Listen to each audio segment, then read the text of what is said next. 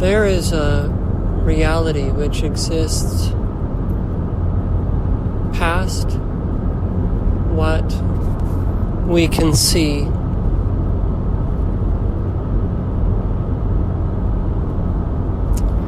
You begin to see it whenever you see two things at once. It's like when the power lines are silhouetted in the evening sunset. It's the same thing that photographers capture whenever they take a picture that has, I forget the word, but there's something in the foreground and there's something in the background. And it gives a certain feel. It feels artistic. So it's that thing that artists seek to capture when they paint a painting. They're not so much trying to show the exact reality that you see if you were in the place that the painting is being painted. If you were looking at the subject which the painter was painting, it's not the exact thing that's there, but it accentuates the coming together of multiple things.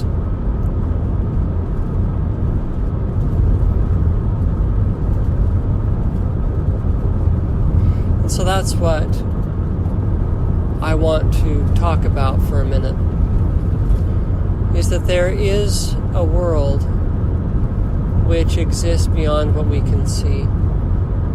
But it's something that we can begin to feel. We can hear it with other ears. It's the thing that you hear when you listen closely to the silence. It's the still, small voice. And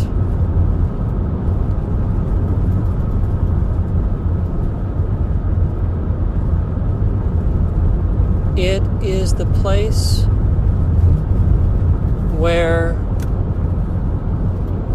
miracles come from. Eventually, if a person listens to that place, becomes in tune with that way of listening and that way of being, they will begin to see things that other people don't see. They'll begin to be able to express things that other people may have glimpsed, but which they cannot express. And all works of art reflect this place. And art, in its best use, when it is being utilized to reflect all that lies in the unseen world, which is good, it is beautiful and reflective of the divine and of the gifts of the divine. And that's a miracle, because it gives you a glimpse of things which you cannot see with your eyes. Eventually,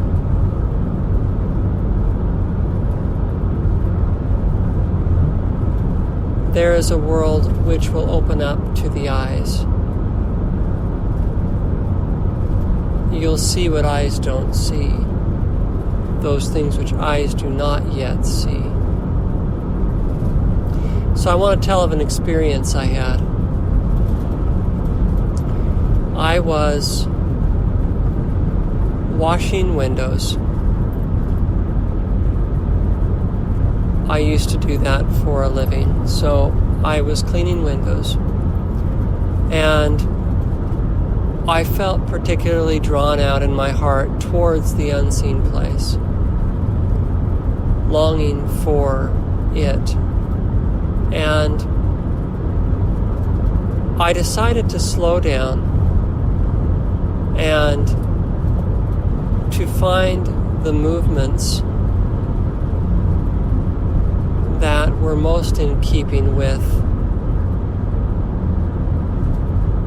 and that wouldn't chase away the reality of the unseen world. And as I did that,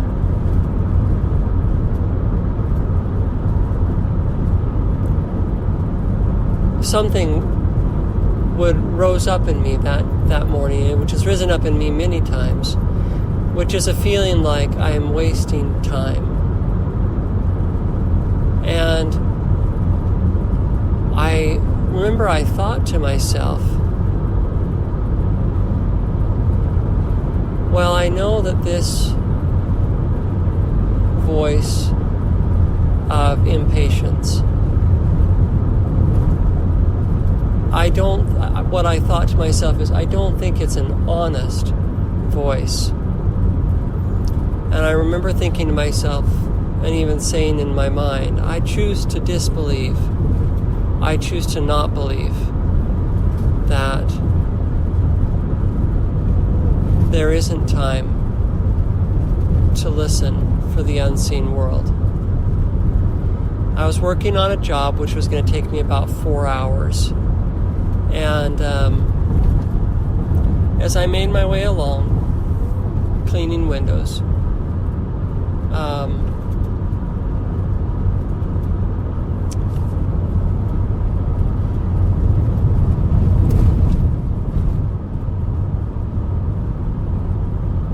it kind of turned into a meditation, you might say. And I remember looking out, like past everything that I could see, like I was looking into emptiness itself, like I was looking past everything visual. And I think the reason I looked so intently is that I've so often felt opposition, and that voice which says that there is not enough time, that there's not enough of anything, that wants us to look past the minute particulars that make for a spirit-filled life. A life which is filled with that spirit which is most holy. That voice was so insistent, and I thought to myself, okay, well, I'm performing this little experiment, this meditation. And I really do wonder what the unseen realm has to say upon this subject, which this voice of panic, so to speak, has so much to say about. What does, almost like something like, well, God, what do you think? What do you think, God? What do you believe about what I'm doing today? And I remember looking past everything I could see, almost like I was looking into an empty place in my consciousness.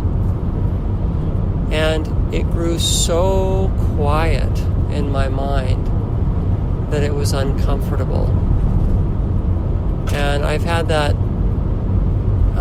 I have that often. the more I've made my way down my own trackless path, it's like I'll have times and periods like that come up that are like totally silent. And to this day, there's still, those times can still be somewhat uncomfortable.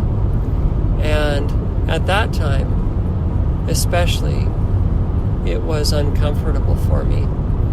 And I remember praying, so to speak, in my heart, kind of saying like, oh dear God, help me to withstand this silence, because I desire to see what lies past this. And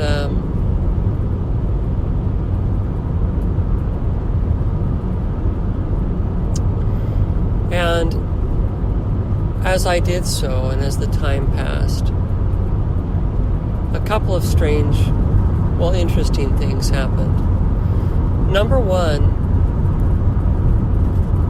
I began to notice things that I knew, which were they were things that, it wasn't like I was realizing something, it was like I was remembering certain truths that I had lost touch with, that were just around me everywhere.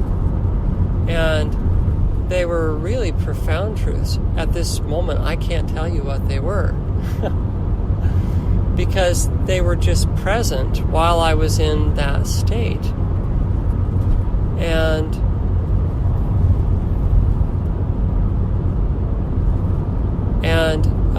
as the state faded, they also faded. And I remember they surprised me.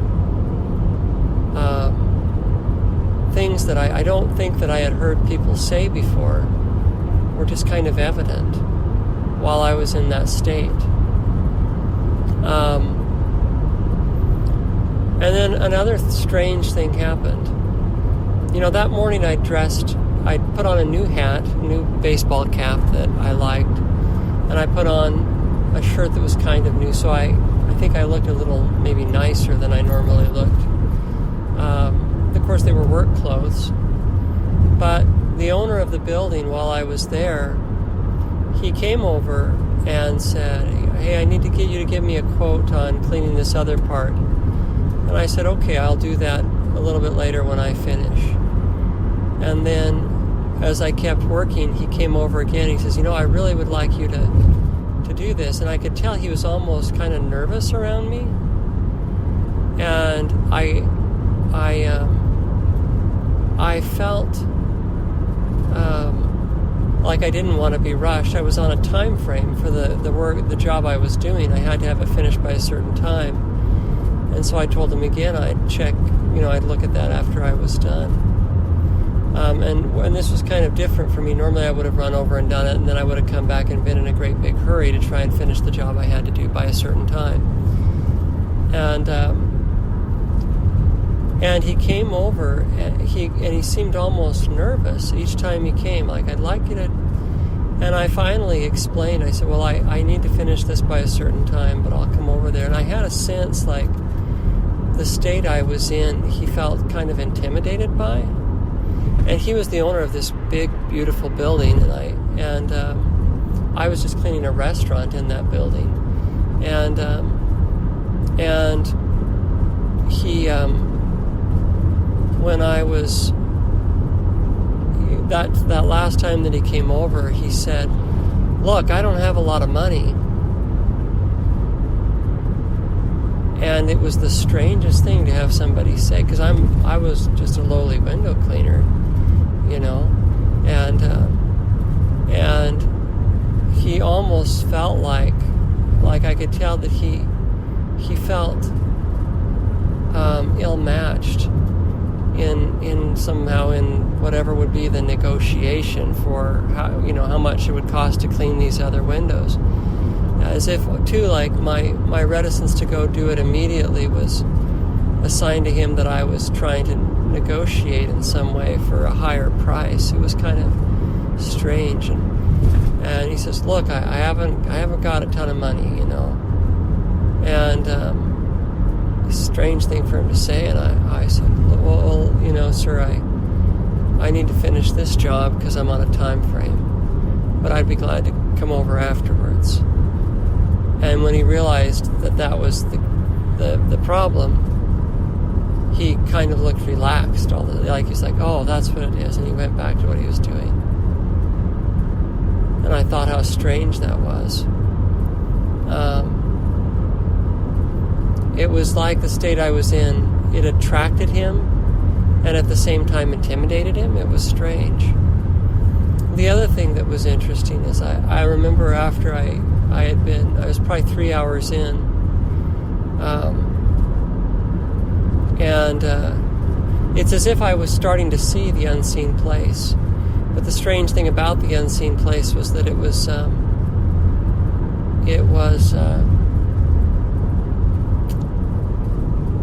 what's the words?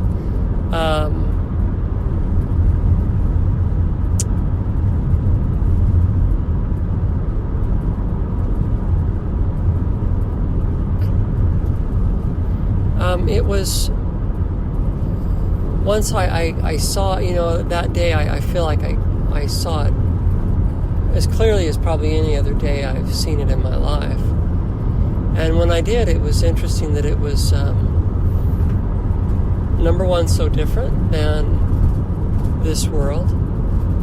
And that everything there was it was like it was unspoken. Everything there didn't have to be said. It was just known. And thus, the way that things just started to become clear, and it wasn't like I was finding anything out that was new. It was something that I'd always known but had lost track of. But nothing was said to me. I kept looking into the unseen place, waiting for it to speak. But I don't think, I can't remember it ever saying, don't remember any words. It was just like, once I saw it, I just saw it, and everything that was there was made clear to me. So I remember after cleaning a bunch of the outside windows, I was turning the corner and coming into one of the entrances, and a man was coming out. And I remember at this point I was kind of deep into the unseen place. And I almost kind of ran into him because I didn't see him coming out, and we met face to face, and I looked up at him. And when I looked up at him,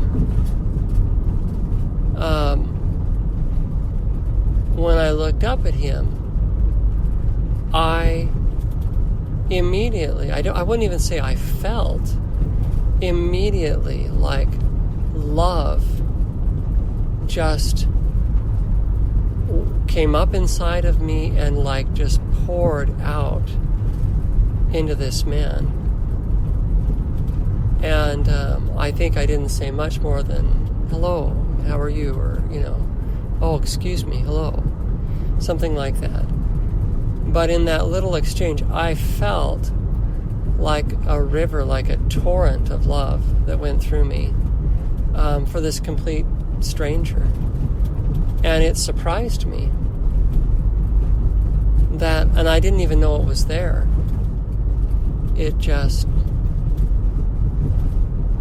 That was my natural reaction to encountering this human being, was an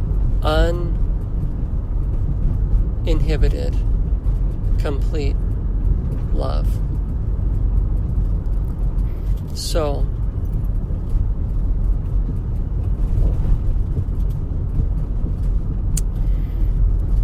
the world that we live in,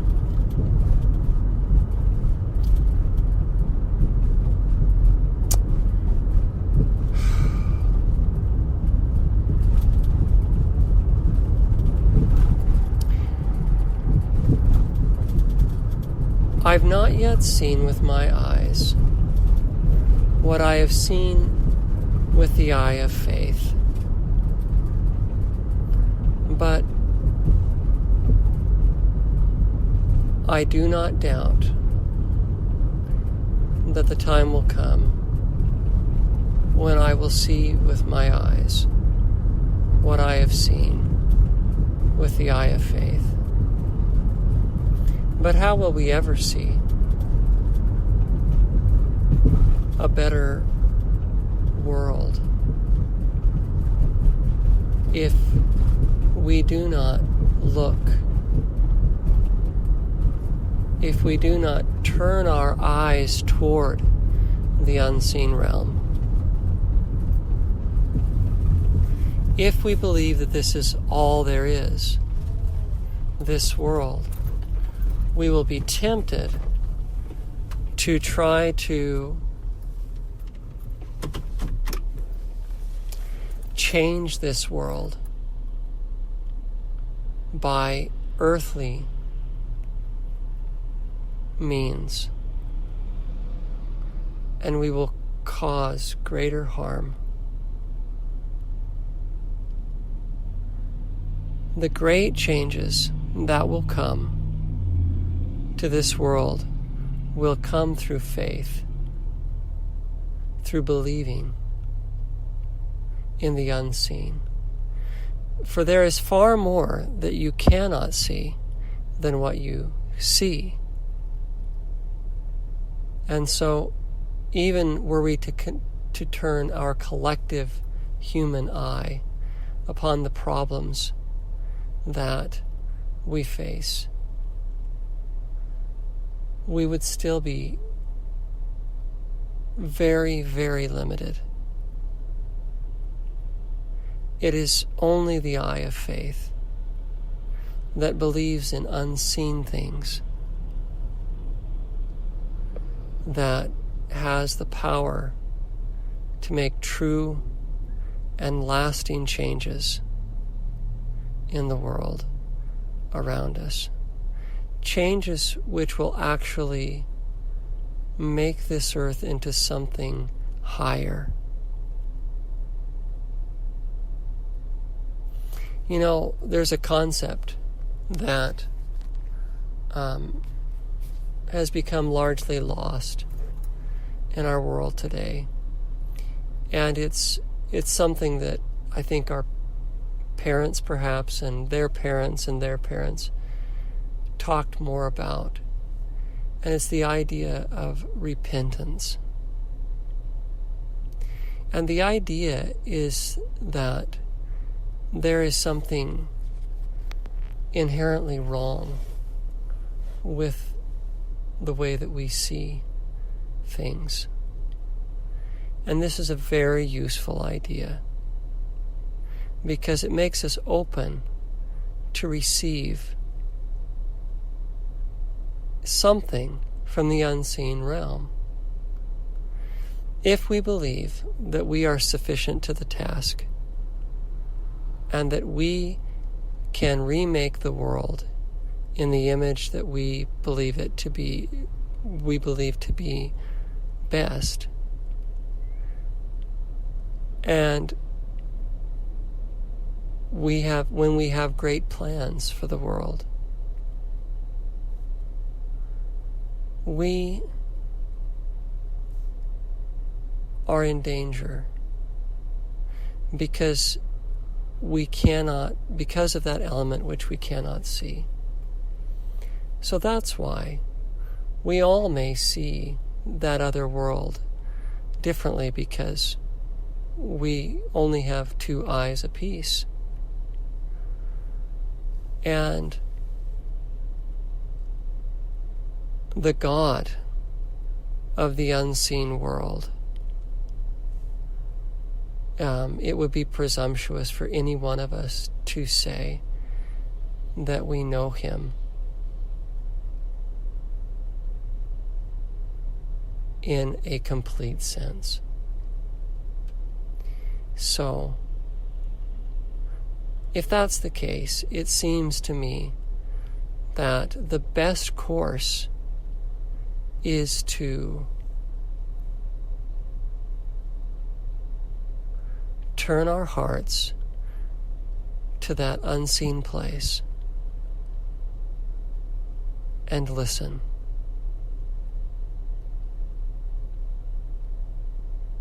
to listen for what ears can't hear, for what eyes can't see, and slow down.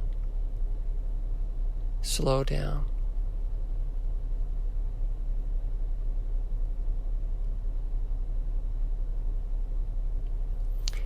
And I wonder if it's in that way that we will come to see eye to eye in time. In time. In the meantime, wouldn't it be better for us to listen more closely to that which comes from the realm of the unseen? I think that's what I wanted to say today. And the last thing I'll say is that it is so different. It is so different than this world. It is antithetical, you might say. It is antithetical to everything we see. And it's only when we slow down a lot that we can begin to hear, can begin to see. And it's in the moments when we have lost track of our ambitions that we begin to experience it. And so I encourage you all in your own trackless path toward the divine. And I pray that you will have ears to hear and eyes to see what can't be seen and what can't be heard by human ears and eyes.